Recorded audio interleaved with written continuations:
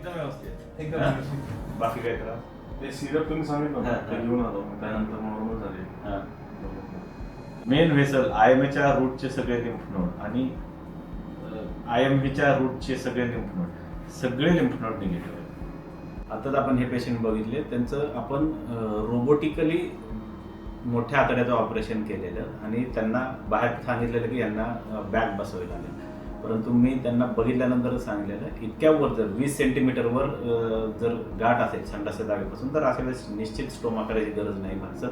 आणि सगळ्यात महत्त्वाचे या व्हिडिओत मला रोबोटिक सर्जरीचे फायदे सांगायचे. तर रोबोटिक सर्जरीचा सगळ्यात महत्त्वाचा फायदा म्हणजे पेशंटला कमीत कमी शरीराला इजा झालेली असते, आतड्यांची हाताळणी खूप कमी झालेली असते, त्यामुळं पेशंटची पचन संस्थेचं कार्य लगेच चालू होतं.